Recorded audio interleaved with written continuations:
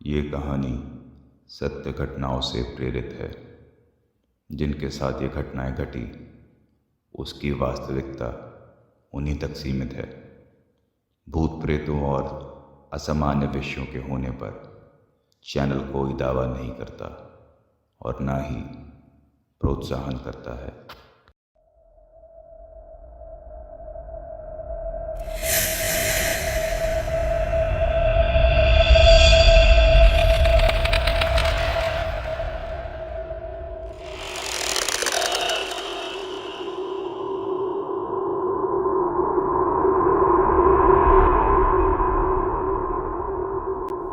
नमस्कार दोस्तों, आपका स्वागत है हमारे फोबिक पॉडकास्ट चैनल पर।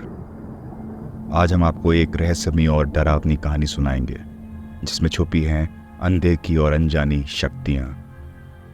तो तैयार हो जाइए क्योंकि हम इस डरावनी यात्रा पर निकलने वाले हैं। तो बिना किसी देरी के आइए शुरुआत करते हैं आज की कहानी से। हेलो दोस्तों, स्वागत है आपका आपके ही अपने चैनल पर फोबिक पॉडकास्ट। आज की कहानी लिख भेजी है कानपुर से अनुराग जी ने। तो आइए ये कहानी उन्हीं के नज़रिए से सुनते हैं। मेरा नाम अनुराग है और मैं सब्जी की फेरी लगा के अपना गुजर बसर करता हूँ। आज मैं आपसे अपने अतीत में घटी वो खौफनाक रात का जिक्र करने आया हूँ जिस रात ने मुझे बुराई छोड़ के अच्छाई के रास्ते को अपनाने को पे मजबूर किया, लेकिन साथ ही मेरे दोस्त को अपने आगोश में ले गई। दिवाली की रात जहां मुझे आने वाली खुशियों के सपने दे जाती है, तो वहीं ये रात मेरे जहन में छिपे एक डर को आज भी जिंदा कर जाती है।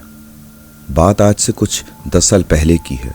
दीपावली की रात थी और शहर में हर तरफ खुशी और उल्लास का माहौल था।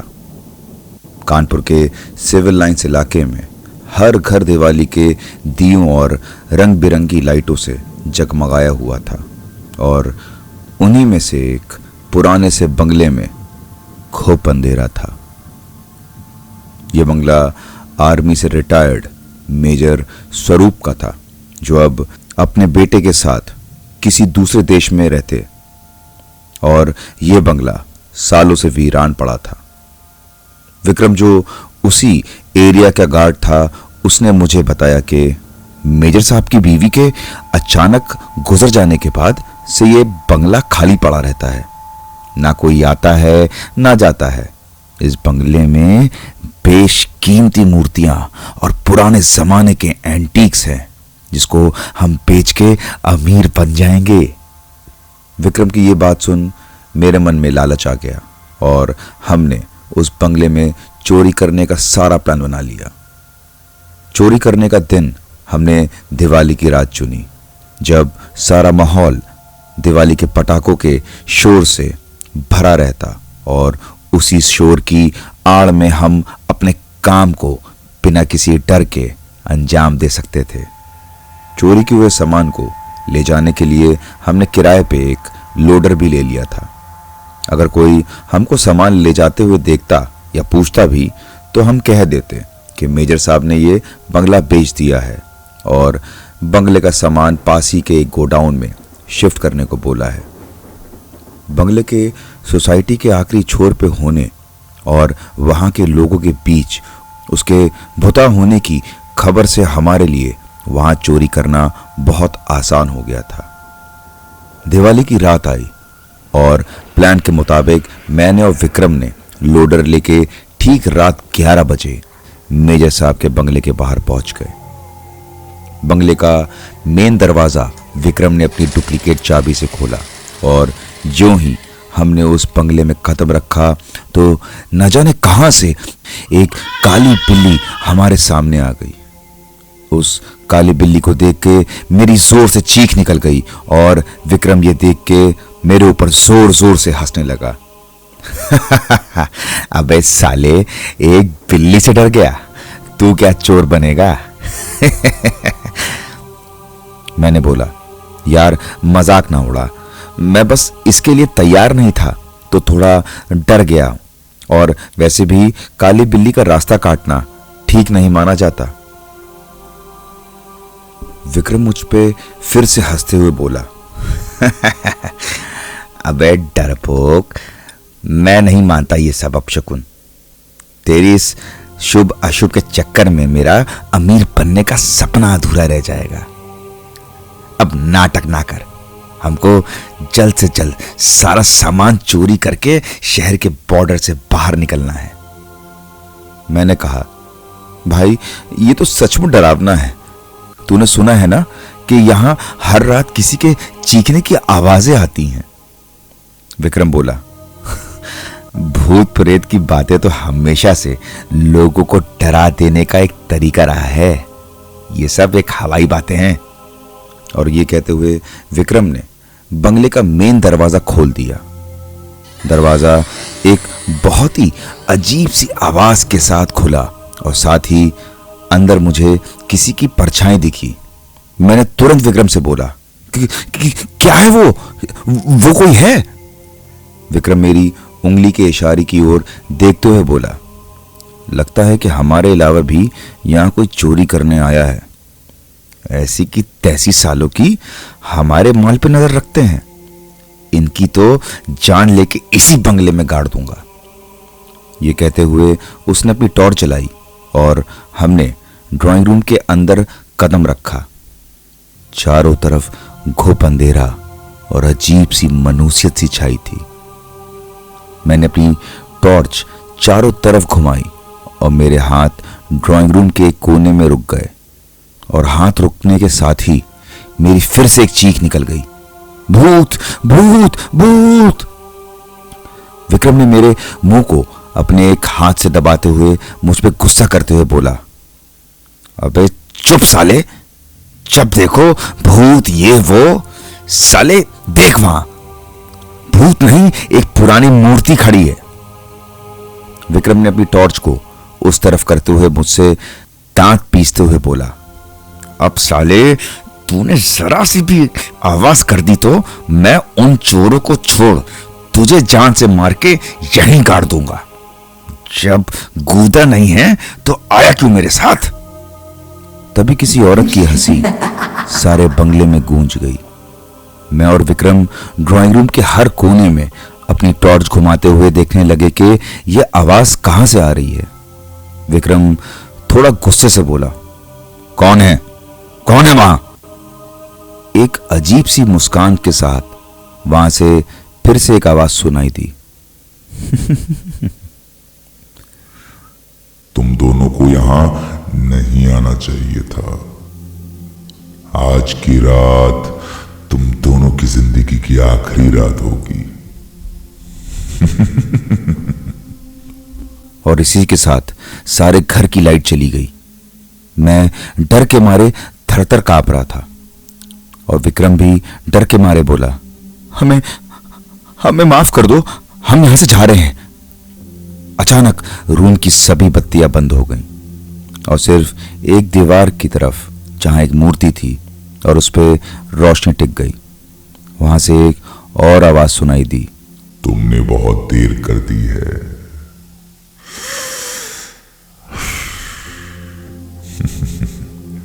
अब तुम कहीं नहीं जा सकते।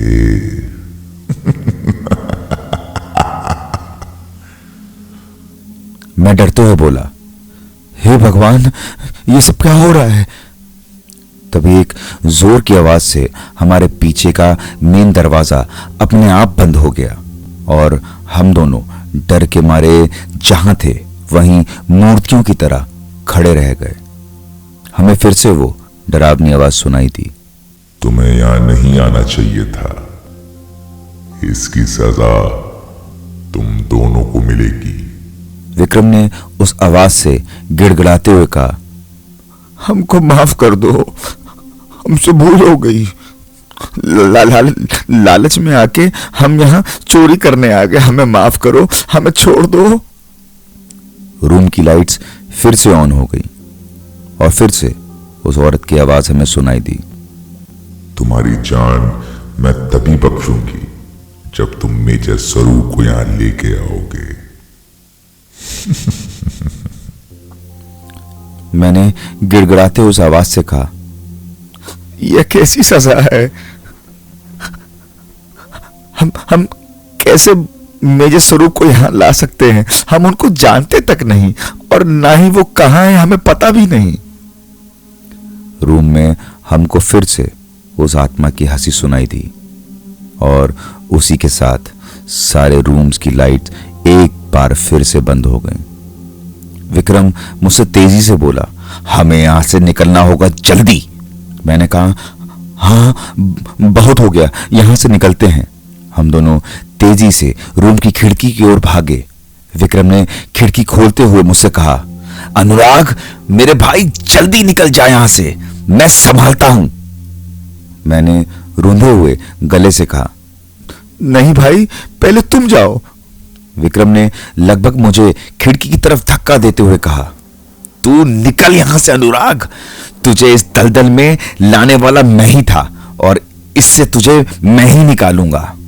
और ये कहते हुए विक्रम ने मुझे खिड़की के बाहर धक्का दे दिया। अंदर से मुझे सिर्फ विक्रम की चीखती आवाजें सुनाई दे रही थी, और कुछ ही पलों में हर तरफ एक मनहूस खामोशी छा गई। आज भी दिवाली की रात में उस मंजर को सोच के मैं सिहर उठता हूं, जब मैंने अपने एक अजीज दोस्त को खो दिया था। वो बंगला आज भी उसी जगह खड़ा है, जर्जर और अपने अंदर तमाम चीखों को समेटे हुए। तो ये थी अनुराग और विक्रम की कहानी। अगर आप कभी कानपुर के सिविलाइंस इलाके में जाएं, तो मेरी आपसे रिक्वेस्ट है कि उस बंगले के पास भूल के भी ना जाएं। आपका इस कहानी को लेके क्या कहना है, कमेंट बॉक्स में अपना अनुभव जरूर शेयर करें। तो चलते हैं अपनी दूसरी कहानी पे, जो लिख भेजी है आदित्य राज चंदेल ने, नासिक महाराष्ट्र से। आदित्य अभी अपनी बीबीए की पढ़ाई कर रहे हैं और ऑनलाइन वीडियो गेम्स का शौक भी रखते हैं। तो आइए सुनते हैं इनकी कहानी इन्हीं के पॉइंट ऑफ व्यू से। मेरा नाम आदित्य है और ये कहानी आज से 10 साल पहले की है, जब हमारा एक संयुक्त परिवार हुआ करता था। हमारे परिवार में मेरी और मेरे बड़े पापा की फैमिली थे। बड़े पापा की 3 बेटियां थीं और उनमें से सबसे प्यारी मेरी प्रिया दीदी।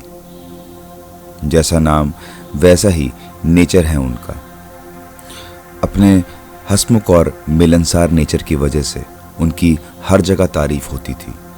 उनके इसी अच्छे स्वभाव की वजह से ही मेरे पापा के पुराने दोस्त ने अपने बेटे के लिए प्रिया दीदी का हाथ मांगा, लेकिन लड़का पसंद ना आने की वजह से प्रिया दीदी ने इस शादी को ठुकरा दिया, क्योंकि उनको अभी आगे की पढ़ाई पूरी करनी थी। एक दिन की बात है, सुबह घर की डोर बेल बजी तो प्रिया दीदी ने दरवाज़ा खोला।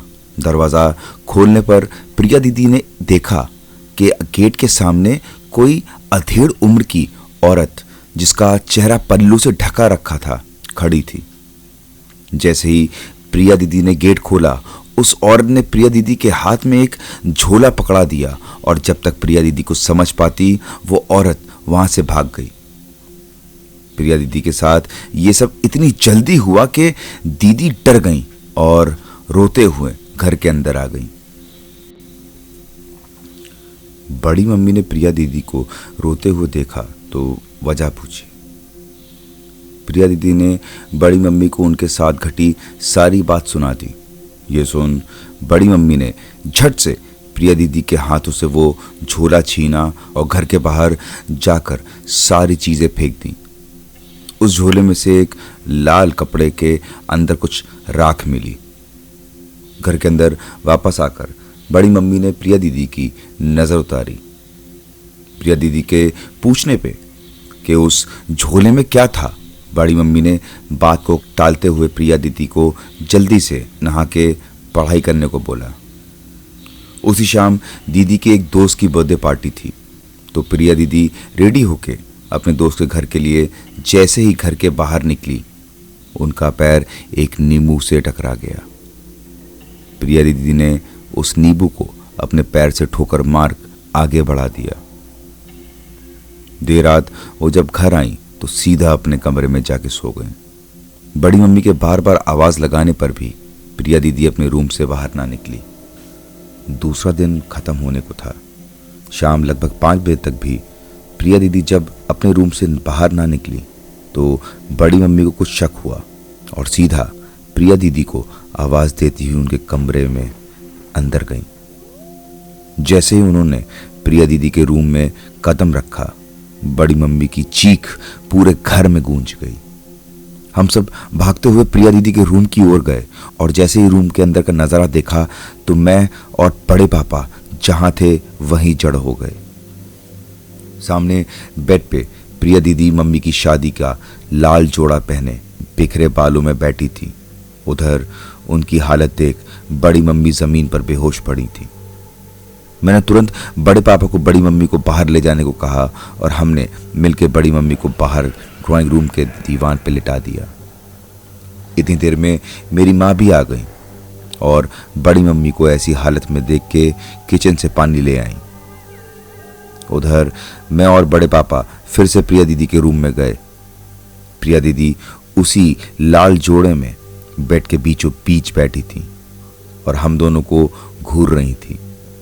मैंने धीरे से बोला, दीदी क्या हुआ आपको? तबीयत तो ठीक है?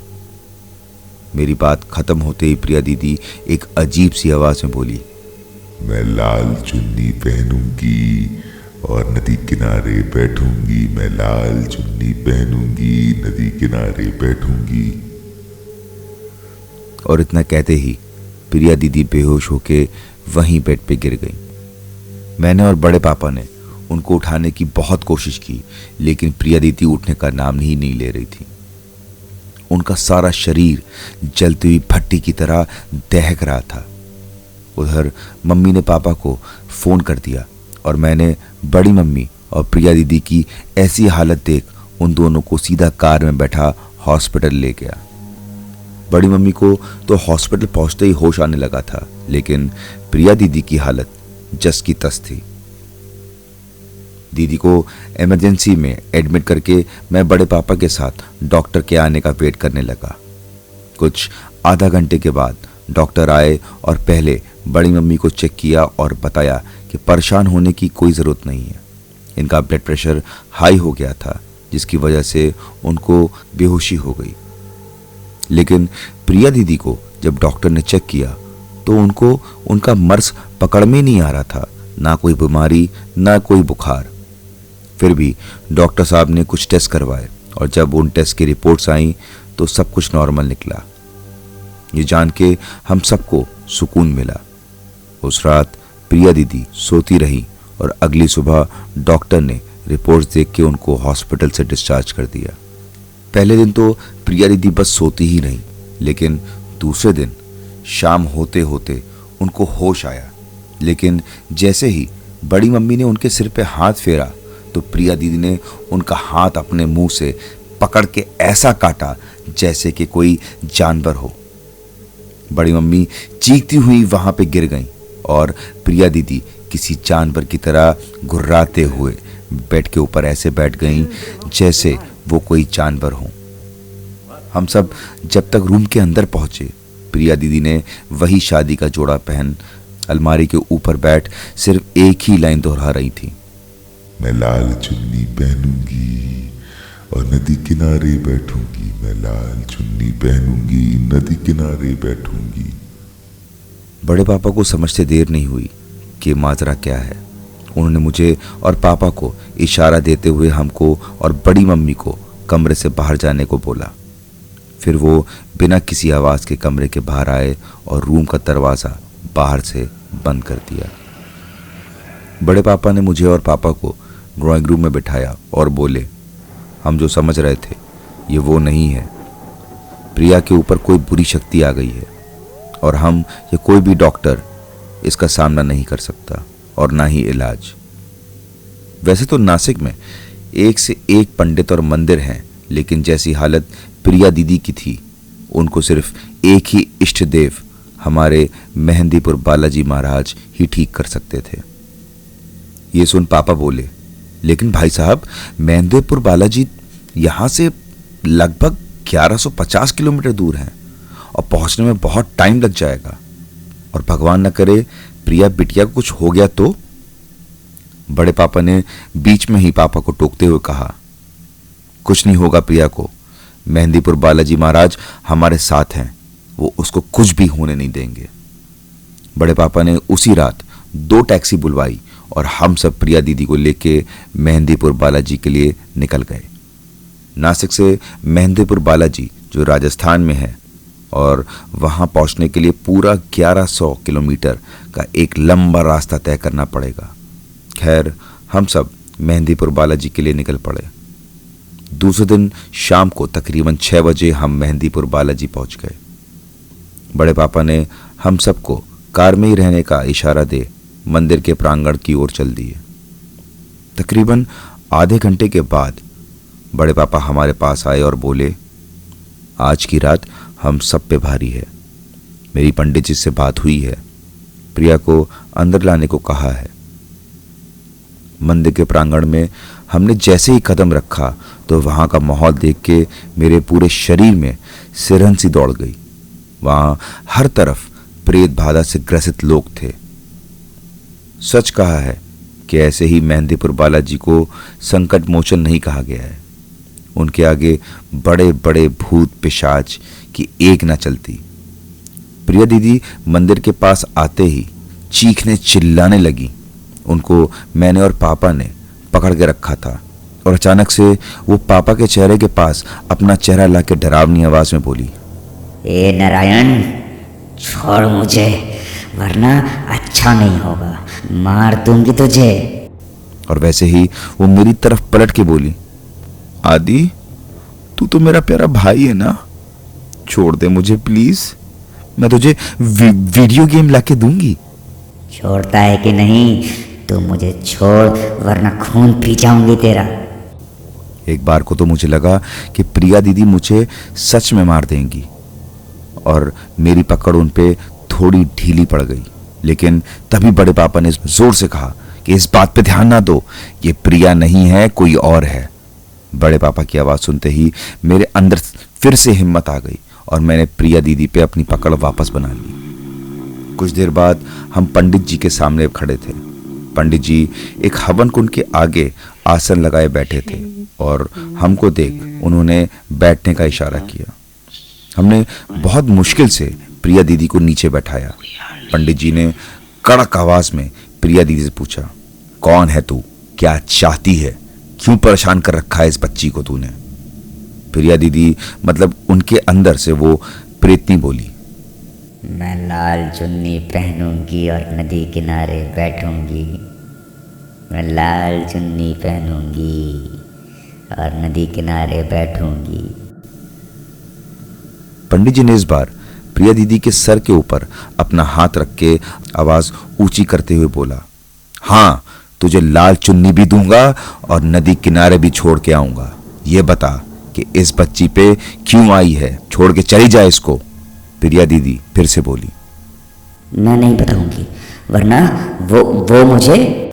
पंडित जी बोले, वो मुझे क्या? उस आत्मा ने इसका कोई जवाब नहीं दिया। पंडित जी अब की बार थोड़े नम लहजे में बोले, बालाजी की शक्ति से यहां मैं तुम्हें शांति और मुक्ति प्रदान करूंगा, अपना नाम बता दे मुझे। वो आत्मा बोली, नहीं, मैं इसी शरीर में रहूंगी। अब इस शरीर की मालकिन मैं हूं और इस लड़की को मैं अपने साथ लेके जाऊंगी।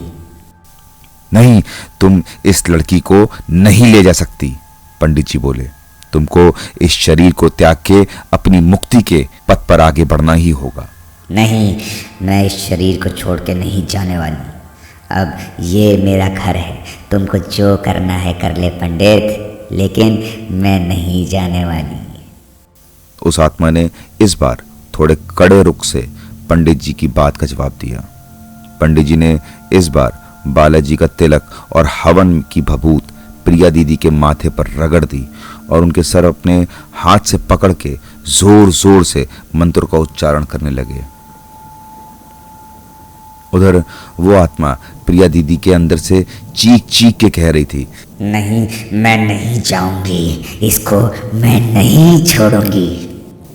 कुछ 2 या 3 मिनट बाद ही एकदम से प्रिया दीदी बेहोश होकर गिर गईं और उनके जमीन के गिरने के साथ ही पंडित जी ने एक गहरी सांस ली और कहा,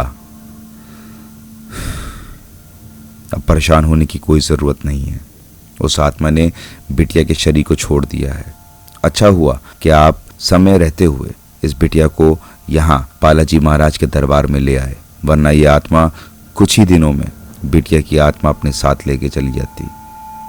फिर कुछ देर रुकते हुए पंडित जी ने फिर से बोला, अगले 40 दिन तक आप में से कोई भी मदिरा, मांस, लहसुन या अदरक का सेवन नहीं करेगा। ये सभी चीज़ें घर के अंदर भी ना आनी चाहिए और हर महीने बालाजी के दर्शन करने ज़रूर आइएगा। बालाजी महाराज आप सब पे अपनी कृपा बना के रखेंगे। ये कह के पंडित जी कहीं चले गए। प्रिया दीदी को पूरे 2 दिन के बाद होश आया। जब उनकी आंख खुली तो पिछले 5 दिनों में जो भी उनके साथ घटा वो उनको नहीं याद था।